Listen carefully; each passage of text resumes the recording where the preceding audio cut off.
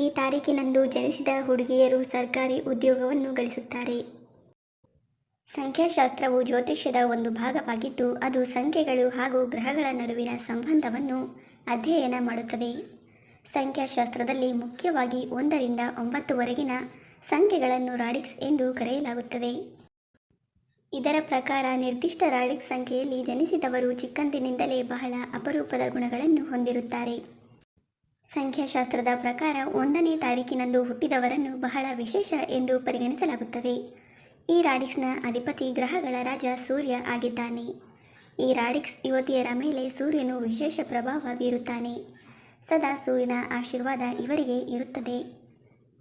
1ನೇ ದಿನಾಂಕದಂದು ಜನಿಸಿದ ಬಹುತೇಕ ಯುವತಿಯರು ತಮ್ಮ ಕಠಿಣ ಪರಿಶ್ರಮದಿಂದ ಕಷ್ಟಪಟ್ಟು ಓದಿ ಸರ್ಕಾರಿ ಉದ್ಯೋಗ ಗಳಿಸುತ್ತಾರೆ.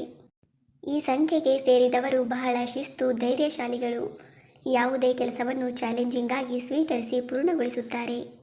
ಎಲೆಕ್ಟ್ರಾನಿಕ್ಸ್ ಸಂಶೋಧನೆ, ವಿದ್ಯುತ್ ಸಂಬಂಧಿತ ವ್ಯಾಪಾರ, ಸರ್ಕಾರಿ ಒಪ್ಪಂದಗಳು ಸೇರಿದಂತೆ ಇನ್ನಿತರ ಕೆಲಸಗಳಲ್ಲಿ ಇವರು ತೊಡಗಿಸಿಕೊಳ್ಳುತ್ತಾರೆ. ಸಂಗೀತ, ಬರವಣಿಗೆ, ವಿನ್ಯಾಸ ಸೇರಿದಂತೆ ಇನ್ನಿತರ ಕಲೆಗಳು ಇವರಿಗೆ ಸುಲಭವಾಗಿ ಒಲಿಯುತ್ತದೆ. ಆದ್ದರಿಂದ ಈ ದಿನಾಂಕದಂದು ಜನಿಸಿದ ಹುಡುಗಿಯರು ಸರ್ಕಾರಿ ಉದ್ಯೋಗವನ್ನು ಪಡೆಯುತ್ತಾರೆ. ಸ್ನೇಹಿತರೆ, ಮಾಹಿತಿ ಇಷ್ಟ ಆಗಿದರೆ ದಯವಿಟ್ಟು ವಿಡಿಯೋವನ್ನು ಲೈಕ್ ಮಾಡಿ. ಹಾಗೆ ನಮ್ಮ ಚಾನಲ್ಗೆ ಸಬ್ಸ್ಕ್ರೈಬ್ ಆಗೋದನ್ನು ಮರಿಬೇಡಿ. ಧನ್ಯವಾದಗಳು.